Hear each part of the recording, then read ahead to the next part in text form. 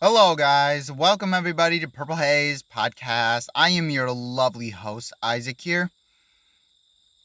So, after the conclusion of the 0-3 season, I kind of want to talk about so far, we have no leadership right now. As of right now, we are 0-3 right now. I don't know where the Vikings can go from here, but here's how I think this is why the issues are what they are right now with basically the three leaders I'm going to talk about. Kevin O'Connell, make no mistake, this dude is a very nice guy once you get to meet him. I am sure of that, but as far as play calling, as far as like situations, I just don't see it. Like, basically just running away from kind of what has been working all over again. Compare the Chargers to what they were doing. It just seems like Kevin O'Connell only wants to do offense his way. It just kind of feels like that all over again, like he wants to work a half-shaded offense, like throwing it deep down the middle to your best receivers, Jordan Addison and Justin Jefferson. You have to wonder, like, why is this man why aren't they getting any targets? For example, the Chargers, Kellen Moore, offensive coordinator Kellen Moore, he decided, okay, we're going to give the ball to Keenan Allen and Mike Williams from start to finish. And Kevin O'Connell, Justin Jefferson doesn't get targeted in the first quarter. Why? It's proven that he has been working a lot. 150, 159, and 149 yards so far this season. Where's Justin Jefferson at? Like, I want to know why we're not giving the passes. Of course, it's up to the quarterback, too, and up to the head coach. It's up to both of them to throw the ball. And secondly, Jordan Addison. I mean, he has more... Again, KJ Osborne has more snaps than Jordan Addison. Jordan Addison is making more plays than KJ Osborne. Let's be real. He's making more plays. I mean, I understand KJ Osborne had a nice play, but besides the drop balls, Jordan Addison hasn't done that yet. He has yet to drop a ball yet for a touchdown.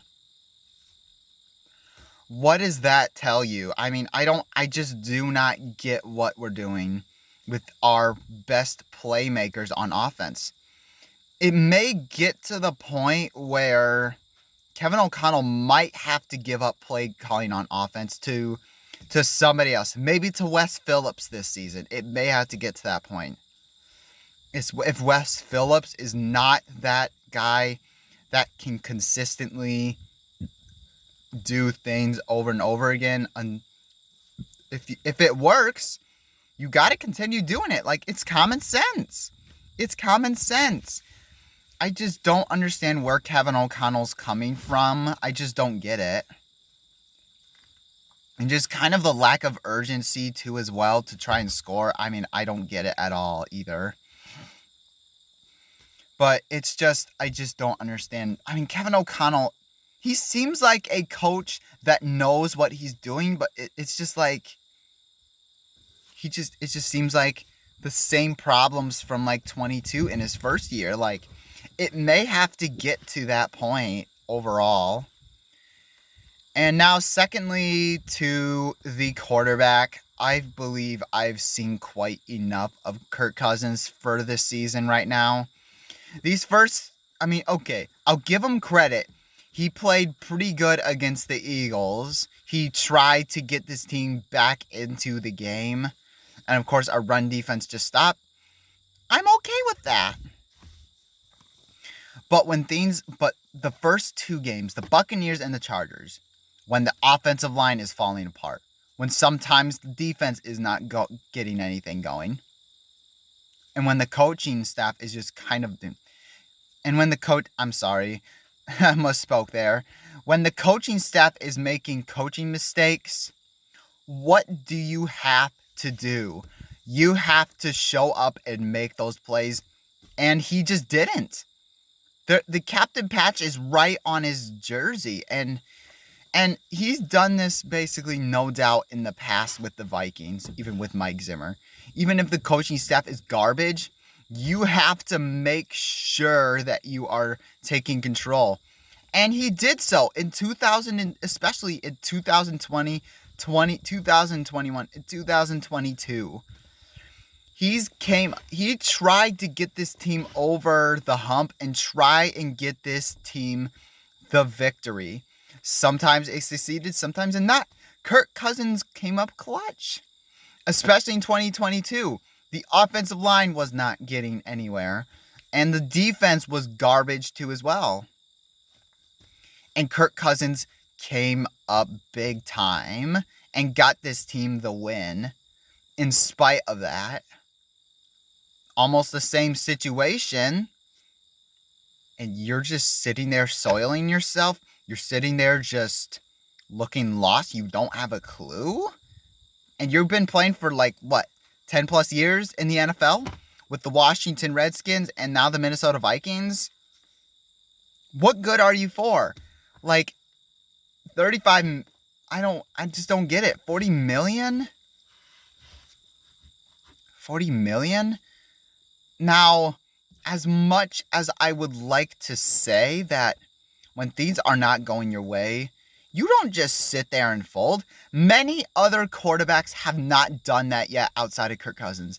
That is why he is not able to do so. And I want to see some of that. I am tired of the folding up and the tail between the legs when you need to come up big for your team. I would suggest you can either trade him or you can either cut Kirk Cousins. But at the end of the day, you need to show guts when your team is right there when they need you. Just start Jaren Hall, actually. Just start Jaren Hall. I want to see what this kid has. Now, reminder, in the Cardinals preseason game, he tried to get this team the victory on 4th and long. He threw a deep ball, which got completed. But the difference is he stepped over the line. He actually showed guts. I don't care what basically he said. And when your team is not ready, you have to know that your game is on the line. And Jaren Hall understood it. He's like, okay, I got to go deep. It's all or nothing. And he tried. He absolutely tried to win this game. Jaren Hall did. Compare that to Kirk Cousins on the Chargers game. You pissed away 29 seconds off the clock. And then to let it bleed down to 12, your team is scrambling, having no idea. You panic and you throw an interception. What does that tell you? What excuses are we going to give to Kirk Cousins for how many play callers he has had? How many excuses are we going to give? I am done with the Kirk Cousins. Give Jaren Hall a shot. I believe in Jaren Hall. He has potential. As for the GM, Kwesi Adolfo-Mensah, I think he is on the hot seat as well. Just looking at this, it seems like Kwesi is more interested in making the dream team instead of actually a good team of contenders or something. He's basically the stereotypical kid that will vote his friends into a baseball league or an organization. Little kids, and they don't know how to play baseball. That is what Kwesi is doing. It doesn't make sense. The offensive line, you knew that was an issue in the interior offensive line. Ed Ingram sucks. You could have addressed it in the free agency. You had several chances. Isaac Seumalo was available. Dalton Risner was available. And you just sat there and did nothing. Isaac Seumalo signed with the Steelers for $4 million. That is not much at all. And yes, you got Dalton Risner, but it seems like he doesn't understand the playbook yet, so it's a bit too late. He should start versus the Panthers, no doubt, but You could have gotten a lot more better at interior offensive line, because that interior offensive line is not getting anywhere. Because every time I see the interior offensive line, I see pressure. I see pressure, and the defensive line, and the interior defensive line, minus Harrison Phillips. You got Dean Lowry instead of. I mean, I absolutely think Dalvin Tomlinson, but who is available? Calais Campbell, Akeem Hicks, Ndamukong Suh, Linval Joseph. They were available. And you got Dean Lowry from the Green Bay Packers. Like, Dalvin Tomlinson is twice as better, or that's being generous. He is making no impact whatsoever. And Marcus Davenport, I mean, you took a gamble. I get that you wanted to take a gamble at Marcus Davenport. I get that. Maybe if he wasn't injured or not, but it just seems like to me that he's gone back to his injury-prone self. Like, why would you take that risk if you're a GM? This basically seems like Rick Spielman all over again. And the draft class ain't better either. It's trash, too, as well. Outside of Brian Asamoah.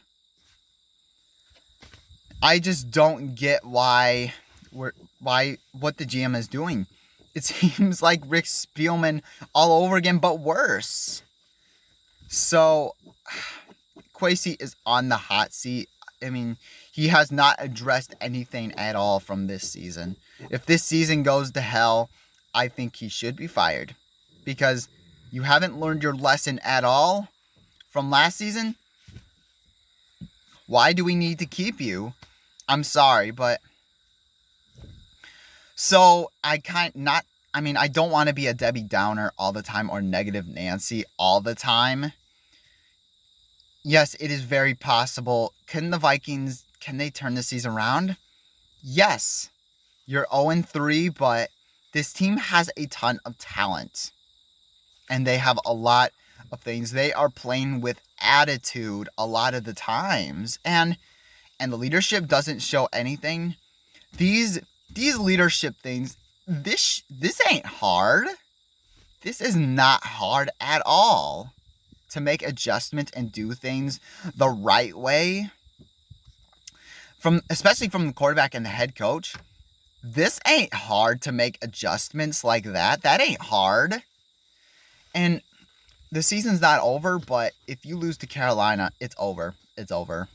Yep, the season's basically a wrap if you go 0-4, but I know they're going to look for drafting a QB, but here's an idea. But here's how you can actually make it a bit better. Start Jaren Hall for Kirk Cousins. Bench Dean Lowry and put in Jonathan Bullard for the rest of the season, and bench Ed Ingram and put in Dalton Risner. That is how you're going to make the season a little bit better than what you have. And Kevin O'Connell, maybe you might need to give up play calling to Wes Phillips. I mean, those are just my takes on basically how it's going now. We will see what happens with the Carolina Panthers. We will see. So thank you guys so much for watching. Make sure you guys hit that like button and hit that subscribe button if you haven't already. Skull.